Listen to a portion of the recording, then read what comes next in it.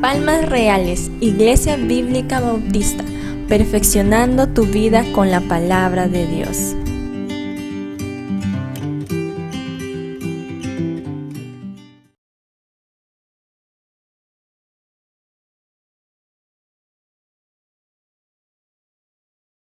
Estamos en San Juan capítulo 14, estamos inmersos en un tema que lo hemos titulado, usted tiene ahí su boletín, donde dice Enseñanzas de la Última Noche, y en el capítulo 14 de San Juan, que lo hemos dividido en dos partes, lo hemos titulado Los no de Jesús. El primer no de Jesús, como digo, usted ahí en su boletín tiene un pequeño repaso al comienzo hay un pequeño repaso, ahí donde dice, el primer no que ya hemos estudiado es, no se turbe vuestro corazón. Y el segundo no que estamos estudiando desde el domingo pasado, hoy y el próximo domingo, el segundo no es, no os dejaré huérfanos. Esa es la promesa del Señor. Estas son dos promesas del Señor. No se turbe vuestro corazón, y la otra es, no os dejaré huérfanos. Y eso es lo que el Señor nos ha prometido a nosotros. Ahora, esta segunda sección de San Juan 14, que le hemos dividido nosotros, se inicia en el versículo número 15 hasta el final del capítulo 14. Lo hemos partido en tres secciones. Usted tiene ahí en sus notas, vuelvo a repetir, estamos todavía en la primera cara del boletín, algunos están más perdidos que Adán en Nueva York. Estamos aquí estamos todavía, no abrimos todavía el boletín todavía. Y le digo, estamos ahí haciendo un repaso. Y la primera parte de esta sección la hemos visto el domingo pasado, titulada El Espíritu Santo como ayudador. Eso hemos estudiado el domingo pasado, donde hemos visto que el Señor ha prometido enviarnos al Espíritu Santo, quien va a estar a nuestro lado ayudándonos. Bueno, y no solo a nuestro lado, sino también dentro de nosotros, y de eso vamos a hablar un poco más esta mañana. La segunda parte que hoy vamos a estudiar es el Espíritu Santo como consolador, que va de los versículos 18 al 27, y finalmente la tercera parte viene a ser el epílogo de esta sección, levantaos, vamos de aquí. Ahora, ¿por qué le decimos el epílogo? Porque los capítulos 13 y 14 de San Juan ocurren en un mismo lugar, ocurren en el aposento alto, donde el Señor tomó la última cena con los discípulos. Este lugar también se le conoce en el estudio de la vida de Cristo como el cenáculo, el cenáculo, donde ellos tomaron la última cena, donde Cristo se reunió con los discípulos y pudieron tomar la última cena. Así que este es un lugar muy importante en el ministerio de Cristo, porque en la última noche de su vida terrenal, antes de la crucifixión, Él se reunió con los discípulos y les dio una larga serie de enseñanzas que están en los capítulos 13 y 14 de San Juan. Bueno, de eso vamos a estar hablando la próxima semana, cómo es que ellos salen de este lugar y se dirigen a otra parte ya fuera de la ciudad de Jerusalén.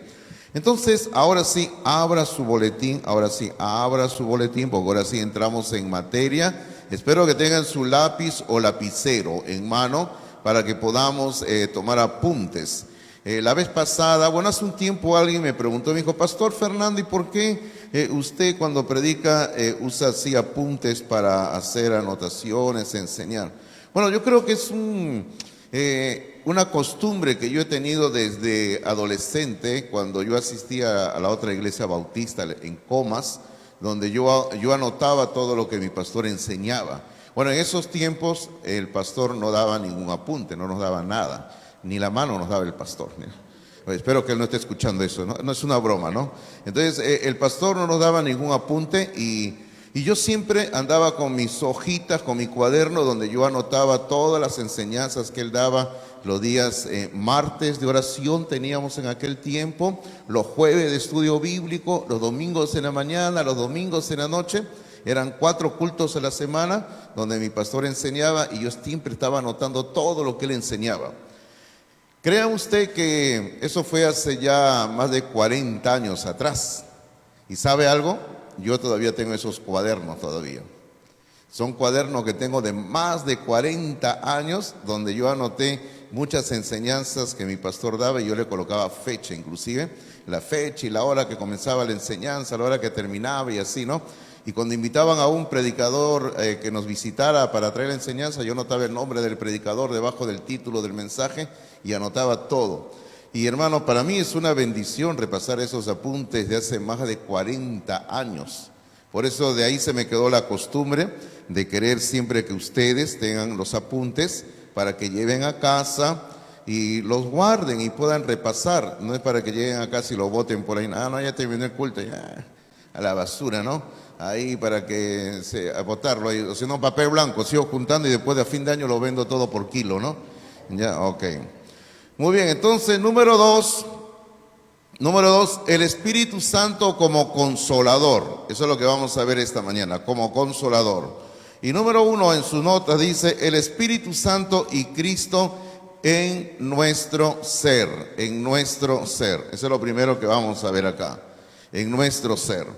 Observe por favor el versículo número 18, dice así, vamos a leer de corrido el versículo 18 al 20, ¿sí? Dice, no os dejaré huérfanos, vendré a vosotros.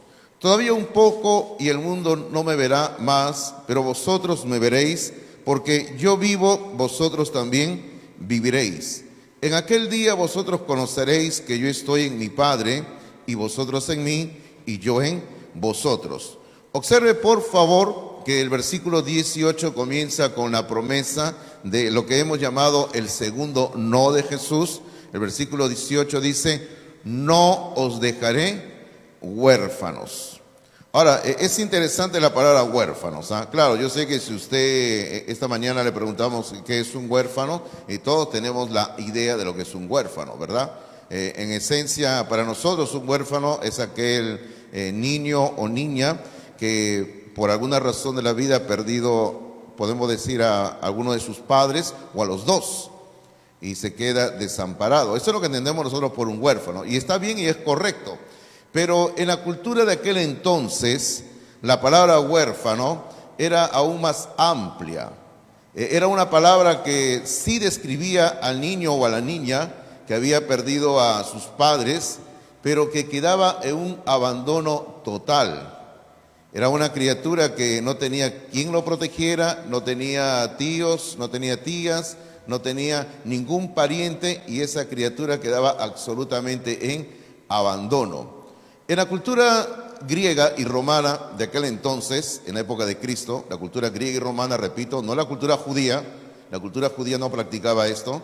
La cultura griega y romana tenía la costumbre muy pésima que cuando en una familia tenía más de una niña, tenía una mujercita, ellos no querían tener mujeres en la familia, no querían tener muchas mujeres.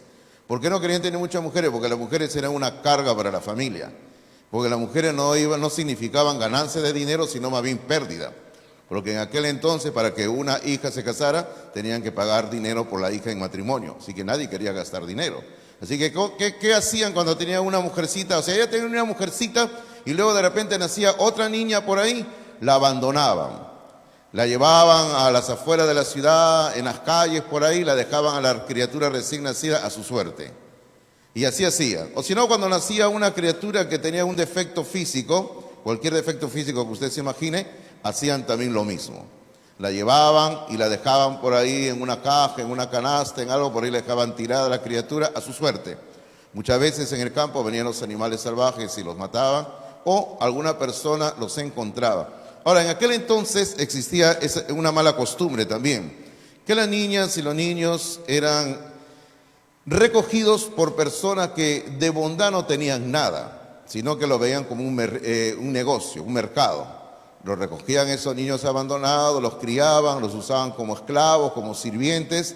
A las niñas generalmente las llevaban a los prostíbulos para darles uso de negocio. Usted entiende con qué propósito. Así que esos eran los huérfanos, hermanos. Así que la palabra huérfanos en aquel entonces hablaba de una criatura que no tenía padre, no tenía madre y que estaba en un total abandono. Estaba a su suerte. No tenía quien lo protegiera.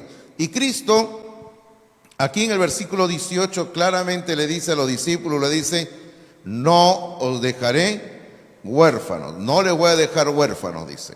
Hermano, y eso tiene que haber sido de mucho aliento para los discípulos, porque el Señor se iba y ellos no querían quedarse en un total abandono.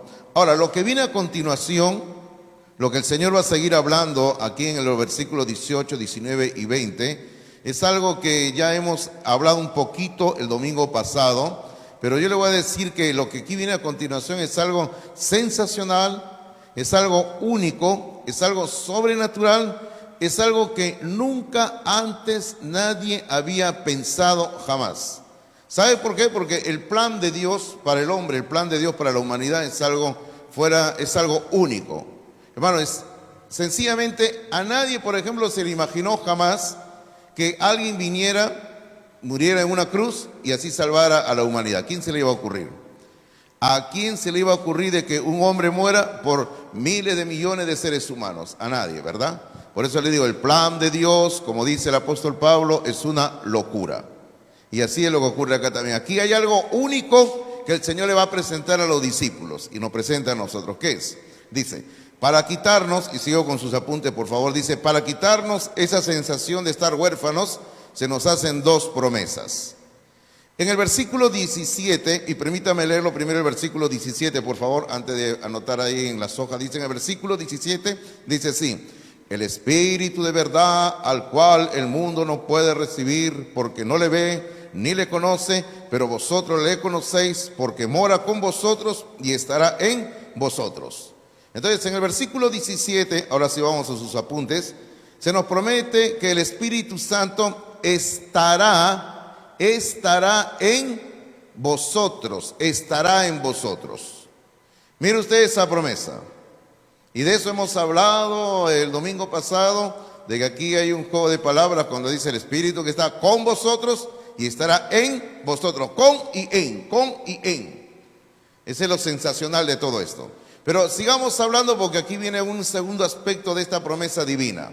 En sus notas dice, en el versículo 18, que hace un rato hemos leído, donde dice, no os dejaré huérfanos, vendré a vosotros.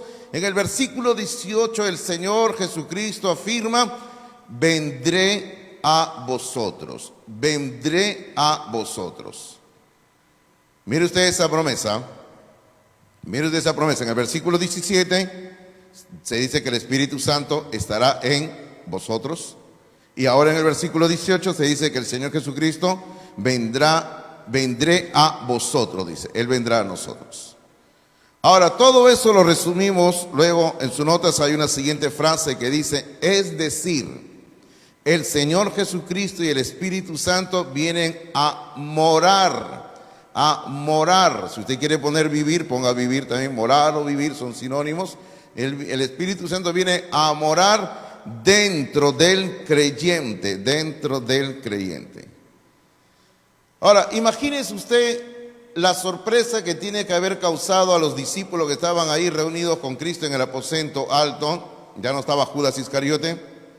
Ya Judas había salido para ir a decirle a los sacerdotes que le habían pagado las 30 monedas dónde estaba Jesús. Así que Judas ya no estaba en ese momento, solo estaban los 11 discípulos nada más con Jesús. Ahora usted imagínese la cara de esos 11 hombres al oír algo que jamás nadie había enseñado. Nadie nunca había enseñado, ni en el Antiguo Testamento había enseñado jamás. Ni Juan el Bautista, nadie había enseñado de que Dios va a venir a vivir dentro de nosotros. O sea, Cristo acá lo está revelando y le dice, el Espíritu Santo que está en este momento con ustedes, va a estar en ustedes, dentro. Y ahora el Señor Jesucristo le añade en el versículo 18, claramente Él dice, vendré a vosotros. Hermano, quiere decir eso que todo creyente en Cristo Jesús tiene la presencia permanente del Espíritu Santo y del Señor Jesucristo en su vida.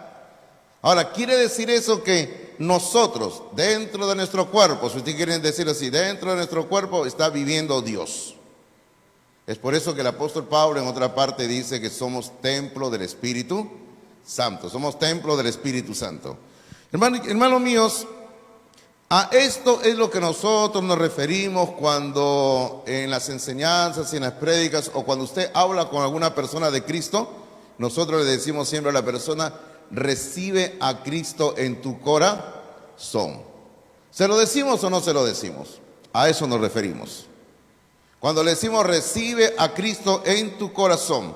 Ahora, ¿cuál es la característica? Porque, hermano, podríamos hablar de características en plural, porque hay muchas. Pero ¿cuál es la característica más resaltante que tiene que ser evidente en la vida de un hombre, de una mujer que recibe a Cristo y que recibe al Espíritu Santo? ¿Cuál es la característica? Ahora, yo sé que aquí van a comenzar a pensar, bueno, la característica tiene que ser que venga a la iglesia. ¿Tiene usted razón? Esa es la característica. La característica tiene que ser de que tiene que cambiar de vida. Tiene razón, todo eso es bueno, es saludable, es correcto. Pero hay una característica básica. Acompáñenme por un momento a Colosenses capítulo 2, por favor. Colosenses capítulo 2.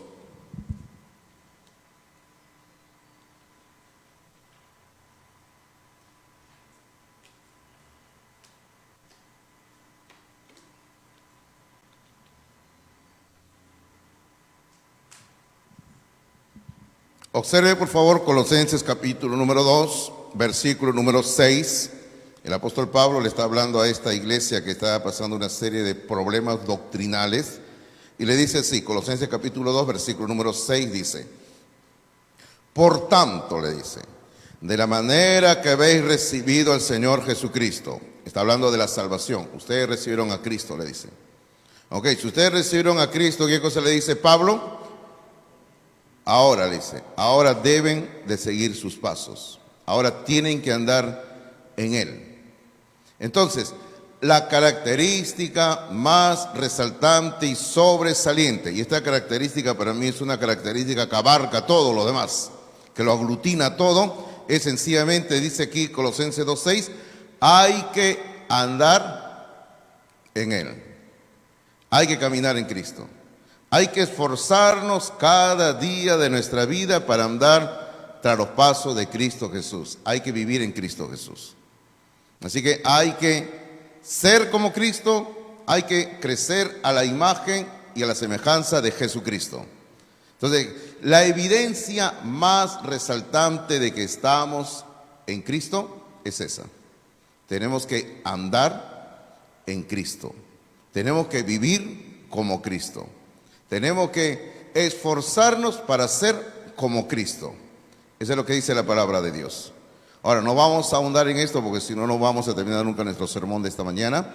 Pero solamente quiero decirle, volviendo al asunto de los huérfanos, decirle lo siguiente. Que al momento de que nosotros recibimos a Cristo en nuestro corazón, automáticamente dejamos de ser huérfanos. Yo había estado escuchando una canción hace un tiempo atrás donde la señorita que lo cantaba esa canción repetía en su canción donde decía: no hay huérfanos de Dios, no hay huérfanos de Dios, decía ella en su canción. Y yo la escuchaba y en el momento yo no la entendía, decía, ¿por qué dice no hay huérfanos, no? Hasta cuando estuve estudiando ahora para predicar San Juan 14, lo que estamos viendo, y ahí entendí, dice, no os dejaré huérfanos. Porque hermanos, Dios no tiene huérfanos. Dios tiene hijos e hijas a quienes Él cuida. Dios no abandona a sus hijos ni a sus hijas. ¿Qué dice usted? Amén. Ahora, la palabra de Dios dice, y yo le quiero leer un salmo, escúchenlo, después le doy la cita, por favor. Mire lo que ocurre en el momento de nuestra salvación, dice. Aunque mi padre y mi madre me dejaran, ¿qué dice después? Con todo Jehová me recogerá. Qué hermoso, ¿verdad? Se lo leo otra vez. Dice, aunque mi padre y mi madre me dejaran, con todo Jehová me recogerá. Qué hermosa promesa. Eso está en el libro de los Salmos, capítulo 27, versículo número 10. 27:10. Aunque papá y mamá nos abandonen, aunque papá y mamá murieron de repente, algo sucedió, el Señor no nos abandona. El Señor nos recoge, dice. ¿Recuerdan ustedes lo que le decía hace un momento? cómo era en la cultura de aquel entonces. No la cultura judía, le decía. La cultura judía nunca practicó eso, sino la cultura de aquel entonces era la cultura donde abandonaban a los niños, a las niñas sobre todo las abandonaban en los campos, a las afueras de las ciudades, para que vivan su suerte. Entonces, el Señor dice aquí, aunque tu padre y tu madre te dejaran, con todo Jehová me recogerá. Así dice en el libro de los Salmos, capítulo 27, versículo número 10. Ahora, no es mi tema esta mañana, pero permítame mencionar algo así chiquitito. Quizás esto también tiene que ver con el tema, con el asunto de la práctica inmoral, criminal que hoy en día existe del aborto, ¿verdad? Hay mucha gente que practica el aborto como si fuera a sacarse una muela.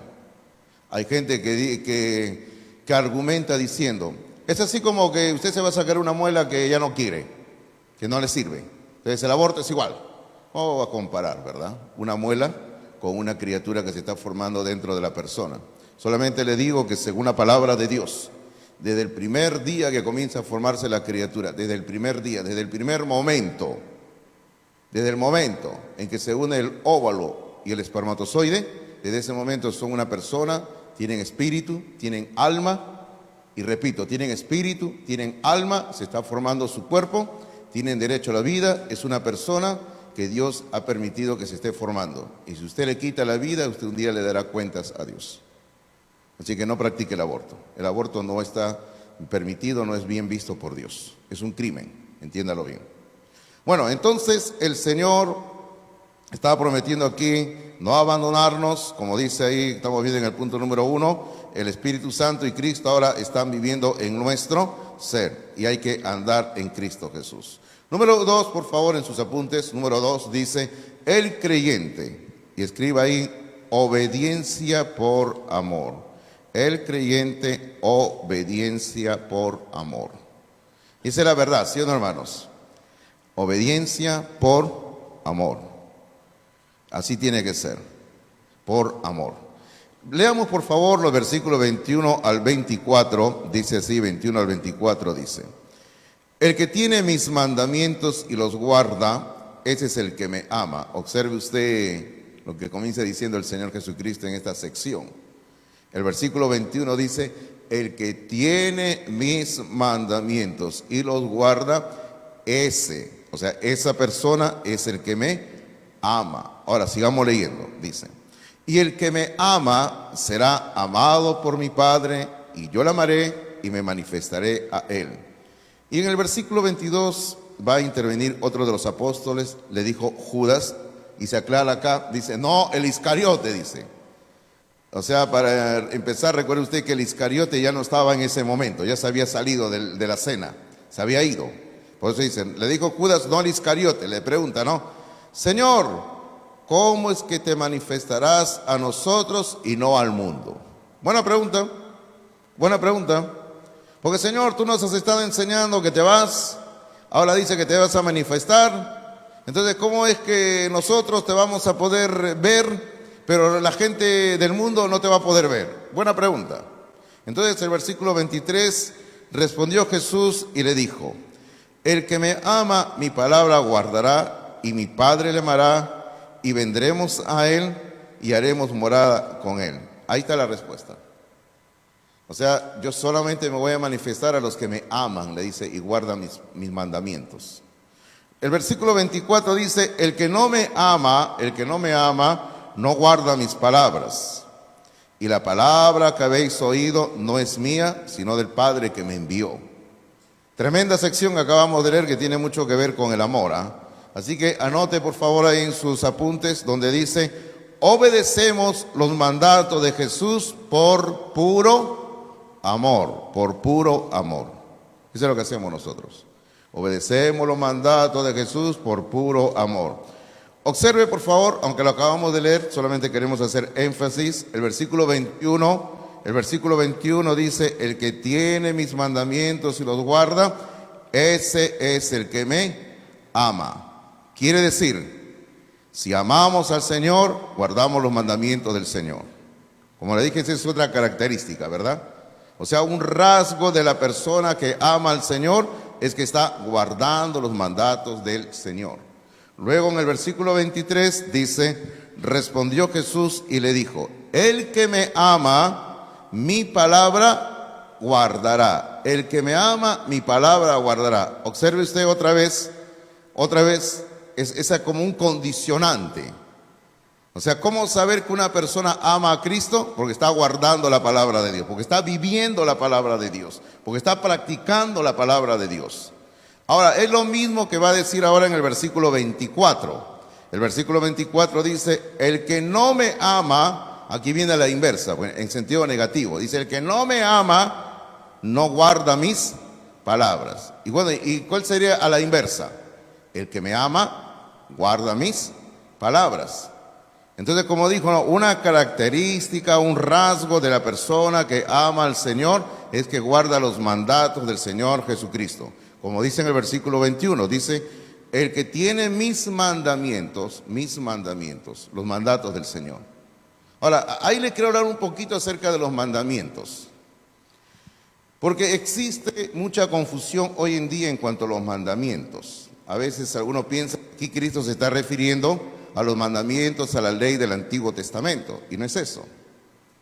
Hermano, la palabra de Dios enseña claramente que nosotros, los cristianos, los creyentes en Cristo Jesús, ya no estamos obligados a guardar la ley del Antiguo Testamento. Ahora, usted recuerde ese famoso pasaje, y doy solamente la referencia, no vamos a ver ese tema, solamente de la referencia en el libro de Romanos, capítulo número 7, donde Pablo hace una analogía en el matrimonio, donde Pablo dice, ¿no?, si uno de los cónyuges muere, el que está vivo, dice, queda libre de la ley del matrimonio. Porque ¿cuál es la ley del matrimonio? Que uno es fiel a la persona, o sea, uno ya no se puede casar con otra persona hasta que la muerte los separe, ¿verdad? Esa es la ley del matrimonio. Entonces Pablo dice lo mismo. Pablo dice: en cuanto a la ley de Dios del Antiguo Testamento, nosotros no estamos obligados a guardar la ley, porque los que han muerto a la ley somos nosotros, dice Pablo. O sea, como nosotros estamos muertos a la ley, hermano mío, nosotros no estamos obligados a guardar la ley del Antiguo Testamento. La ley del Antiguo Testamento no tiene nada que ver con nosotros. La ley es la ley para el pueblo judío, no para nosotros. Es que hay cristianos que andan todavía hoy en día con ideas, ¿no? La ley del Antiguo Testamento, que hay que guardar el día sábado, y no, eso no viene para el pueblo de Dios, no viene para la iglesia. La iglesia no está llamada a guardar la ley del Antiguo Testamento. Ahora, si usted gusta, léase bien detenidamente toda la epístola de Gálatas. Toda la epístola de Gálatas. Y Gálatas, ahí Pablo desarrolla extensamente ese tema, porque en esa época de Pablo era un tema que se estaba discutiendo constantemente. Los creyentes deben de guardar la ley del Antiguo Testamento, esa era la discusión. Y habían iglesias, por eso Pablo escribe esa carta, habían iglesias que se habían apartado de la gracia y se habían metido a la ley. Entonces, hermanos, en conclusión decimos, de una forma rápida nada más, no estamos llamados a guardar los mandamientos del Antiguo Testamento, pero son palabra de Dios, tenemos que estudiarlos, de ahí sacamos enseñanzas espirituales preciosas, hermosas, pero hoy en día nosotros tenemos que guardar los mandatos de Cristo Jesús. Y los mandatos de Cristo Jesús están en el Nuevo Testamento, eso es lo que tenemos que hacer nosotros. Entonces, aquí el Señor Jesucristo dice claramente que nosotros obedecemos sus mandatos por puro amor. Y eso es cierto, porque nadie nos obliga a obedecer los mandatos de Cristo. Ahora, pero ahí en su material hay una pregunta que dice: ¿cuál es el resultado de tal obediencia? O sea, cuando nosotros obedecemos los mandatos de Cristo, ¿cuál es el resultado de tal obediencia? Y ahí mencionamos dos nada más. Primero, el amor del Padre y del Hijo se hacen reales para nosotros, se hacen reales, así como palmas reales, ¿verdad? Así, reales, se hacen reales para nosotros. Hermanito mío, eso es lo que dice claramente la palabra del Señor en el versículo 21. El versículo 21 dice: el que tiene mis mandamientos y los guarda, ese es el que me ama. Ahora observe la segunda parte del versículo 21 que dice así: y el que me ama será amado por mi Padre, y yo le amaré y me manifestaré a él. Ahí está. O sea, el amor del Padre y el amor del Hijo se va a volver algo real. O sea, lo vamos a poder sentir. Se va a hacer evidente. Es algo así como el amor de los padres hacia los hijos, el amor del esposo hacia la esposa y viceversa, el amor de la esposa hacia el esposo. Tiene que hacerse algo real, algo que se tenga que sentir, queridos hermanos. El amor no solamente tiene que decir de puras palabras, te amo, ¿verdad? No. Tiene que manifestarse, tiene que hacerse algo real, tiene que ser algo tangible, algo que se pueda tocar. Así tiene que ser. Ahora, por eso hay muchos conflictos en el hogar, porque el amor no se está haciendo real. Bueno, ese es un tema de la noche, le estoy quitando el piso al pastor Martín de la noche, ¿no? ¿Ya? El amor tiene que ser algo real, ¿verdad? Ahora, no me voy a meter en este tema de la familia, porque es un tema que se está comenzando a tratar los domingos en la noche, pero solo le digo, ¿no? En el Nuevo Testamento, en la familia, el Señor le da un mandato al varón y un mandato a la esposa. ¿Cuál es? A ver, ¿cuál es el mandato que Cristo en la palabra de Dios le da al esposo? El único mandato que le da al esposo. ¿Cuál es el único mandato?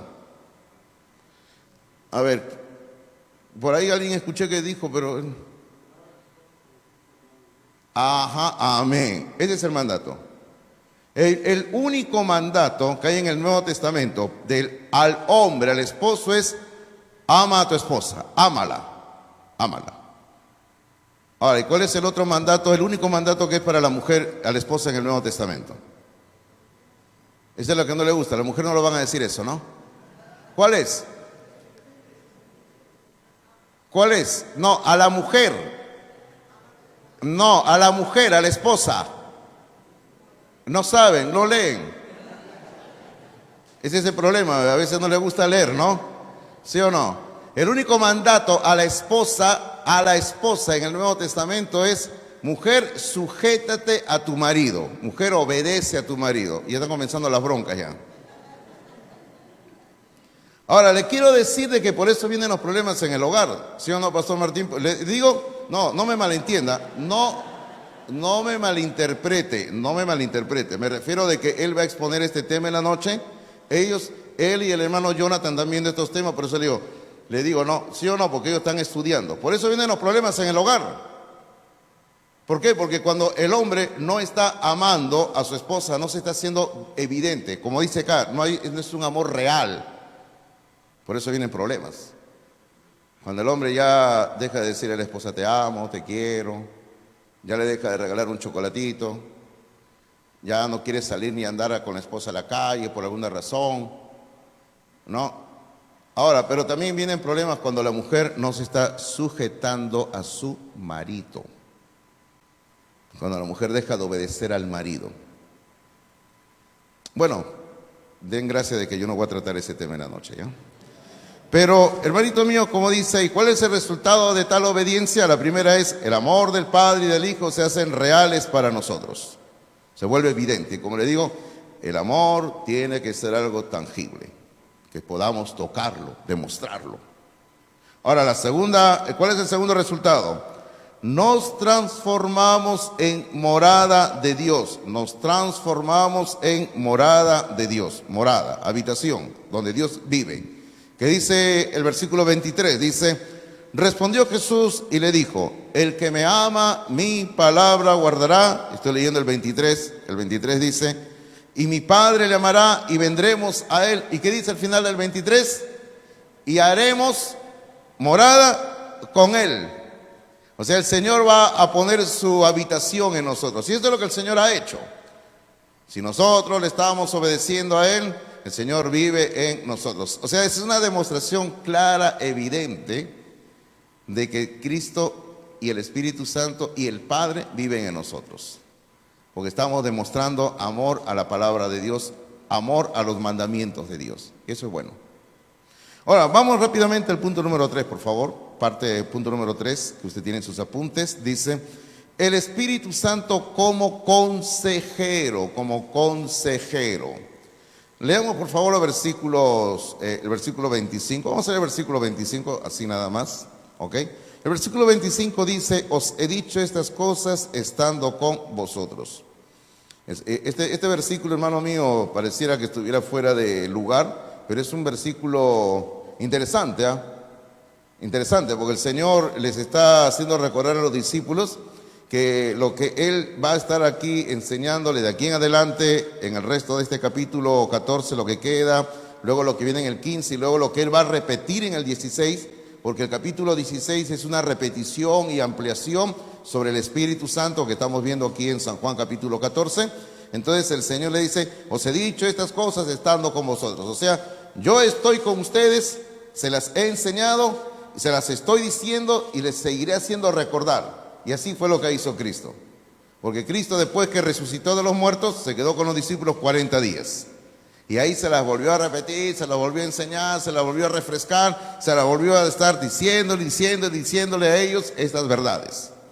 Ahora, lo que aquí vamos a comenzar a ver es que el Espíritu Santo es el maestro y es el consejero que mora en nosotros. Y que como el Espíritu Santo se nos presenta en la Biblia como maestro y consejero, Él viene a enseñarnos y viene a aconsejarnos lo que debemos de hacer y cómo debemos de hacer. Eso es bueno, porque a veces alguien no sabe cómo hacer algo, ¿verdad? Y necesitamos al Espíritu Santo como consejero, como ayudante, para que el Espíritu Santo nos diga cómo poder hacer las cosas. Ahora, lo primero que vamos a ver en sus apuntes es que el Espíritu Santo es consejero santo. El Espíritu Santo es consejero santo. Observe por favor las primeras palabras del versículo 26. La primera palabra del versículo 26 dice así: mas el Consolador, el Espíritu Santo, el Consolador. Esa palabra consolador la hemos estudiado y explicado ampliamente el domingo pasado. Recuerde usted, la palabra paracleto. Hemos explicado qué cosa quiere decir un paracleto, un ayudante, un abogado, un consejero. Y el Espíritu Santo es consejero santo, porque se le llama el Espíritu Santo. ¿Por qué? Porque el Espíritu Santo no tiene ninguna relación con el pecado. El Espíritu Santo no tiene relación con el pecado. Hermano, la santidad en nuestras vidas es requisito indispensable para que el Espíritu Santo pueda realizar su labor de consejería. Ahora, ¿qué ocurre cuando un creyente peca?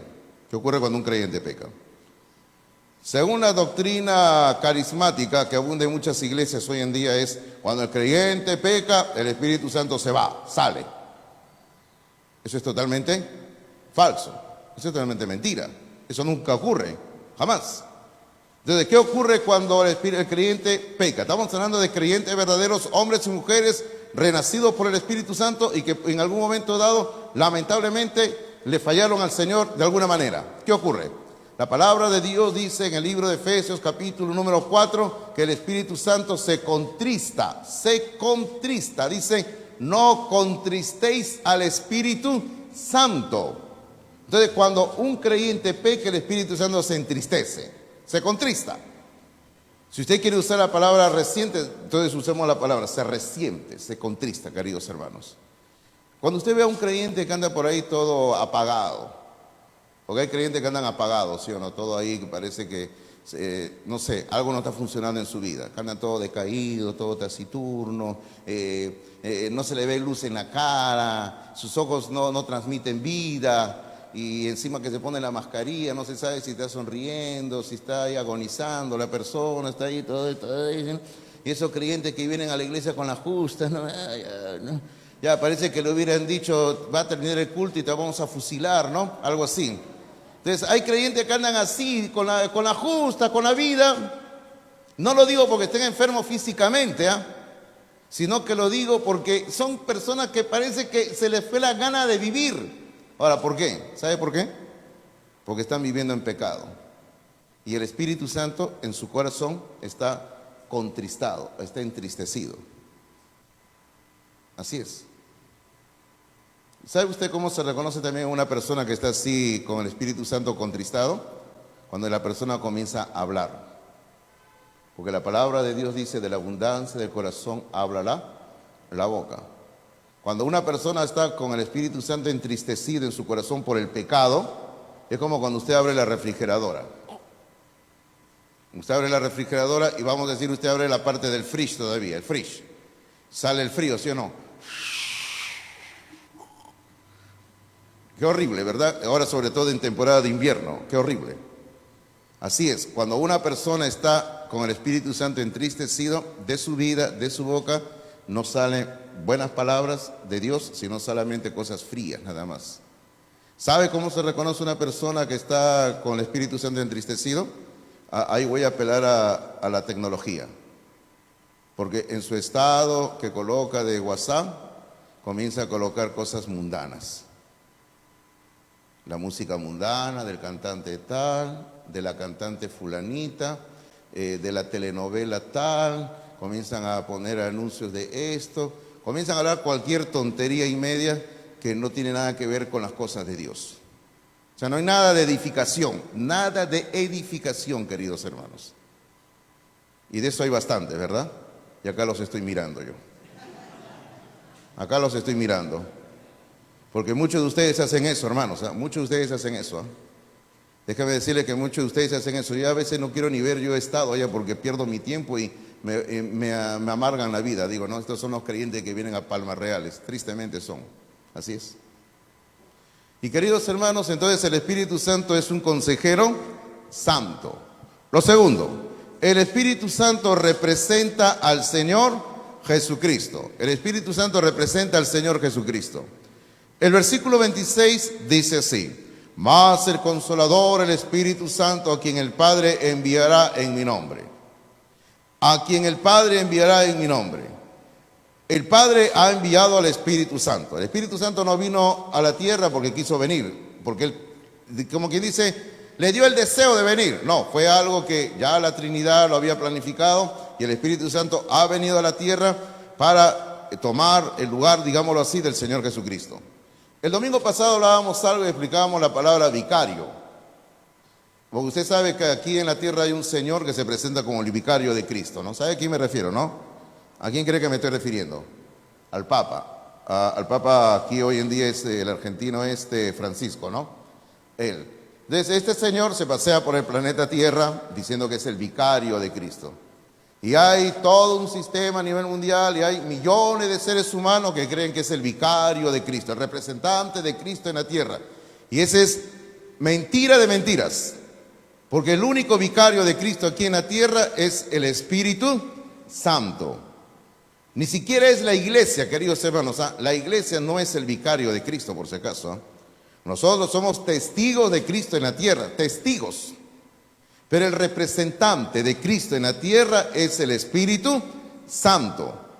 Así que hay que entender eso claramente. Y el Espíritu Santo es el vicario de Cristo, a quien nosotros tenemos que oír, obedecer y seguir. Es por eso que Cristo dice aquí que el Padre lo ha enviado en mi nombre, queridos hermanos. Ahora, lo maravilloso de la Santa Trinidad, que son tres personas diferentes, el Padre, el Hijo y el Espíritu Santo, es que entre ellos tres existe una maravillosa armonía. Eso es algo maravilloso, queridos hermanos. A veces en el matrimonio no hay esta armonía, ¿sí o no? Hay bronca nada más. Y como digo otra vez, me estoy metiendo al tema de que están tratando, han colocado aquí en la parte de atrás, que es el tema de esta noche, y que van a estar hablando, ¿no? Pero hermanitos míos, pero en la Trinidad, el Padre, el Hijo y el Espíritu Santo tienen una maravillosa armonía de mente, de propósito y de acciones en todo lo que han hecho, lo que están haciendo y lo que seguirán haciendo por toda la eternidad. Y en obediencia a esa armonía, el Espíritu Santo vino a la tierra en el día de Pentecostés y el Espíritu Santo se ha quedado aquí en la tierra. ¿Y dónde vive el Espíritu Santo? Vive en el corazón de cada creyente en Cristo Jesús. Así que usted tiene al Espíritu Santo. Si usted es un hijo de Dios, si usted es una hija de Dios, tiene al Espíritu Santo. Y también tiene a Jesucristo en su corazón. Ahora, sigamos avanzando, por favor. Letra C, en sus notas, dice así: el Espíritu Santo enseña y recuerda enseñanzas. El Espíritu Santo enseña y recuerda enseñanzas. Ese también es algo maravilloso, ¿ah? Que el Espíritu Santo nos enseñe y nos haga recordar las enseñanzas. El versículo 26, vuelvo a leer el versículo 26, dice: mas el Consolador, el Espíritu Santo, quien el Padre enviará en mi nombre. Luego dice: Él os enseñará todas las cosas y os recordará todo lo que yo os he dicho. Observe eso, ¿ah? Dice, les va a enseñar y les va a hacer recordar todas las cosas que ha dicho. Ahora, déjenme comentarle algo chiquitito en cuanto a la inspiración de la Biblia. Solamente hablemos del Nuevo Testamento. Mire, por ejemplo, hablemos solamente del Evangelio de San Juan, nada más, porque podríamos hablar de los demás libros del Nuevo Testamento, pero hablemos solamente del Evangelio de San Juan. Mire usted que Cristo murió, fue crucificado, o sea, lo que estamos leyendo aquí en el capítulo 14 fue en el año 30 después de Cristo, el año 30, o sea, el año 30 de nuestra era. ¿Y usted sabe en qué año se escribió el Evangelio de San Juan? Más o menos el Evangelio de San Juan se escribió en el año 90. O sea, 60 años después, Juan escribió el Evangelio de San Juan. Ahora, yo le digo, ¿usted podría recordar todo lo que se dijo hace 60 años atrás? Yo conozco gente que no recuerda ni lo que hablamos el día de ayer, ¿no? Hay personas, y no voy a decir nombres, ¿no? Pero miro para arriba nada más, ¿ya? Hay personas que hoy en día yo tengo que usar la tecnología y mandarle mensajes de audio para que quede ahí grabado, ¿no? Mira que ok, queda grabado, ¿no? Porque, hermano, hay personas que se olvidan de lo que hemos hablado el día de ayer. Ahora, usted conoce a alguien que sea así de repente, no la mire, por favor, ¿ya?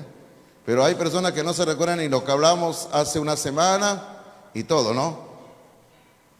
Ahora, pero Juan pudo escribir exactamente lo que Jesús hizo, lo que Jesús dijo 60 años después, queridos hermanos. O sea, esa es la maravilla del Evangelio de San Juan, de que después de 60 años el apóstol escribió este Evangelio. Ahora, ¿cómo es que pudo recordar exactamente lo que Cristo dijo? Con puntos y comas. ¿Cómo? Porque aquí está la promesa. En el versículo 26 que acabamos de leer, ¿qué dice la promesa? Dice, Él os enseñará, está hablando del Espíritu Santo, dice, Él os enseñará todas las cosas y os recordará todo lo que yo os he dicho. Y si usted quiere, resalte ahí la palabra en su Biblia, si quiere, la palabra enseñará y la palabra recordará. Eso es lo que el Espíritu Santo hace, ha hecho, está haciendo y seguirá haciendo en nuestras vidas. Haciéndonos recordar, nos va a estar enseñando la palabra de Dios. Ahora vamos a sus apuntes, por favor, dice ahí. El Espíritu Santo nos enseña siempre en armonía con la enseñanza de Jesucristo, en armonía con la enseñanza de Jesucristo. Algo de esto hablábamos hace un momento cuando hablábamos de la Trinidad. Jamás en la Trinidad existe ninguna contradicción, jamás. El Padre, el Hijo y el Espíritu Santo, los tres trabajan en una armonía preciosa, única, maravillosa en este universo. Otro punto, sigue usted conmigo en la nota, dice, el Espíritu Santo nos enseña todo lo que necesitamos saber, todo lo que necesitamos saber. En otra parte de la Biblia quiere decir eso, dice, las cosas secretas pertenecen a Jehová nuestro Dios. Quiere decir que todo lo que usted y yo necesitamos saber está escrito en la Biblia. Si hay algo que no está escrito en la Biblia es que el Señor por alguna razón aún no ha querido que nosotros lo sepamos, por alguna razón. Pero todo lo que necesitamos saber está en la Biblia. Otra cosa en su nota dice, el Espíritu Santo nos hace recordar la palabra de Dios, recordar. Como ya le decía hace un momento, Juan, 60 años después, estaba recordando lo que Cristo hizo y dijo. Y el Espíritu Santo cumplió esa función. Ahora, queridos hermanos, permítame decirle algo, por favor, porque en algún momento dado de mi vida yo también he sido estudiante de seminario, he estudiado. Hace unos años, hace poco, yo regresé a las aulas, como ustedes recordarán, volví a estudiar para poder obtener mi grado emitido por el gobierno peruano. Así que volví otra vez a estudiar 7 años otra vez, ¿ya? Así que gracias a Dios ya terminé y ahí ya no quiero seguir estudiando más porque no quiero hacer más tesis, ¿ya? Es un dolor de cabeza hacer tesis. No, dije ya no más tesis, ahí nomás. Ok, pero cuando yo era estudiante tenía compañeros que llegaban al aula y decían, hoy día hay examen, ¿no? Sí, ay, no he podido estudiar. Y no faltaba alguien que ahí por ahí le decía, no te preocupes, la palabra de Dios dice, todo lo puedo en Cristo que me fortalece. Sí, todo lo puedo en Cristo, decía, no, todo, sí.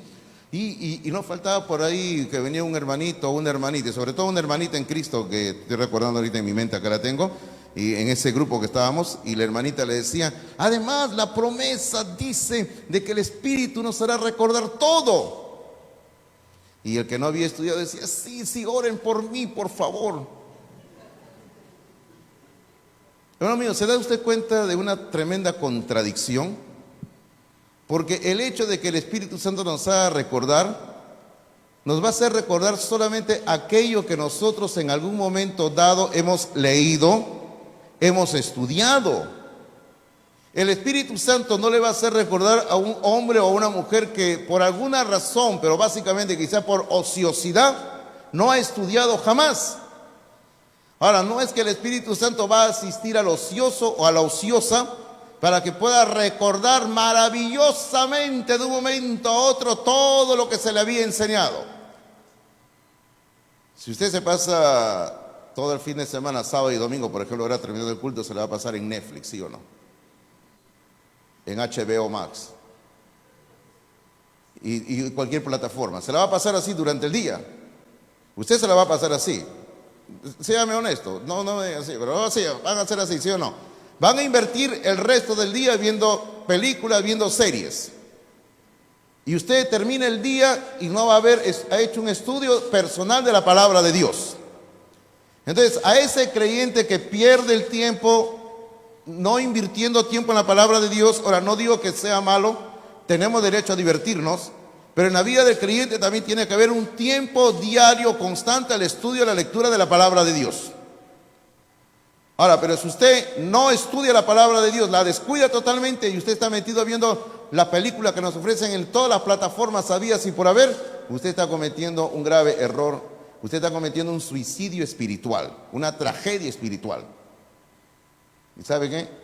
Si usted es ese creyente que no estudian para nada la Biblia, no estudian para nada la Biblia, entonces el Espíritu Santo no le va a hacer recordar nada a usted porque usted no estudió nada, pues.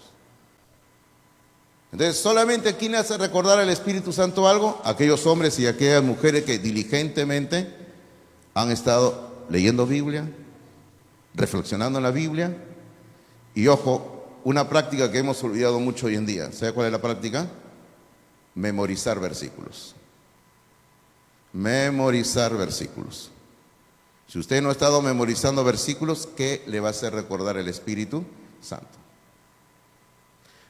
Avancemos, por favor, dice, letra D en su nota, dice, el Espíritu Santo imparte paz divina. El Espíritu Santo imparte paz divina. Versículo 27, capítulo 14, versículo 27 dice, la paz os dejo, mi paz os doy, yo no os la doy como el mundo la da, no se turbe vuestro corazón, ni tenga miedo. No se preocupen, dice Cristo. Yo le doy una paz única, una paz absoluta, una paz que es totalmente distinta a la que el mundo da en esta tierra. Así que, hermanitos míos, el Espíritu Santo imparte la paz de Cristo, porque en la Biblia a esa paz se le llama la paz de Dios, la paz de Dios. Y nosotros necesitamos urgentemente la paz de Dios en nuestras vidas. Ahora, yo tengo una serie de pasajes de acá que hablan de la paz, pero no los vamos a ver porque el tiempo ya se me está yendo. El próximo domingo vamos a hablar un poquito de la paz que Dios ofrece. Pero vamos a la nota, dice, esta es la paz de la obediencia. Esta es la paz de la obediencia. Quiere decir que cuando nosotros obedecemos los mandatos de Cristo, también vamos a experimentar paz. La paz de Dios. Esa paz sobrenatural la vamos a experimentar. Ahora, la paz tiene un punto de inicio. La paz tiene un punto de inicio. ¿Sabe usted cuándo comenzamos a tener paz con Dios? Y escribe ahí, la reconciliación con Dios. La reconciliación con Dios. Ahí comenzamos a tener paz. Cuando usted, oyendo la palabra de Dios, leyendo la palabra de Dios, usted entiende que es un pecador, que sin Cristo está perdido, condenado, que sin Cristo no tiene nada, y usted entiende que tiene que humillarse ante Dios e ir en arrepentimiento a Dios. Usted se acerca a Dios y pide perdón. Ahí comienza la paz. Hay un precioso pasaje en el libro de Isaías, capítulo 1, donde dice: venid luego, dice Jehová, y estemos a cuenta, dice. Y luego continúa hablando del pecado. Pero esa parte que dice, venid luego, dice Jehová, y estemos a cuenta, Isaías capítulo 1. Es como cuando llaman a dos personas que están en conflicto y le dice, siéntense y vamos a arreglar este problema. Entonces, ¿cuándo comenzamos a tener paz con Dios? Cuando venimos a Dios en arrepentimiento, y ahí se produce la reconciliación. Y permítame terminar diciendo como la figura del matrimonio y el hogar, ¿verdad? ¿Cuántos hogares no andan teniendo broncas? ¿Cuántas parejas no andan teniendo conflictos? Hay muchos, ¿sí o no? Hay muchos. Ahora, aunque usted no me crea, y yo siempre lo he dicho y seguiré diciendo, por ejemplo, con Benny, mi esposa, siempre tuvimos un bonito matrimonio. ¿Verdad? Le digo, ¿no? Bueno, mire usted, Pastor Martín que está acá, vivió conmigo ¿cuántos años? Hasta que Jenny vino y se lo llevó. ¿Ya? Acá está presente una de mis hijas. Y yo le voy a decir, no, con Benny nosotros no andábamos peleando. Teníamos un bonito matrimonio. Fueron 32 años de bonito matrimonio. No teníamos problemas, no teníamos conflicto. Teníamos una bonita armonía, queridos hermanos, porque cada uno cumplía su parte en el matrimonio. Mi parte en el matrimonio, amar a mi esposa, la parte de ella sujetarse a su esposo, ella viendo los deberes en el hogar, no porque yo era machista, sino que esa es la parte, hermano. Alguien tiene que cumplir los deberes en el hogar, ¿sí o no? Y la otra parte, mi parte, proveer para el hogar, para las necesidades de la esposa, de los hijos. Entonces, cuando hay conflictos en el matrimonio, hay que reconciliarnos. Y si alguien está en conflicto con Dios, hay que reconciliarse. Y ahí comenzamos a tener paz, la paz de Dios. Y terminamos ahí en sus notas, hay un versículo que coloqué el domingo pasado, que es el mismo. Dice, justificados pues por la fe, tenemos paz para con Dios por medio de nuestro Señor Jesucristo.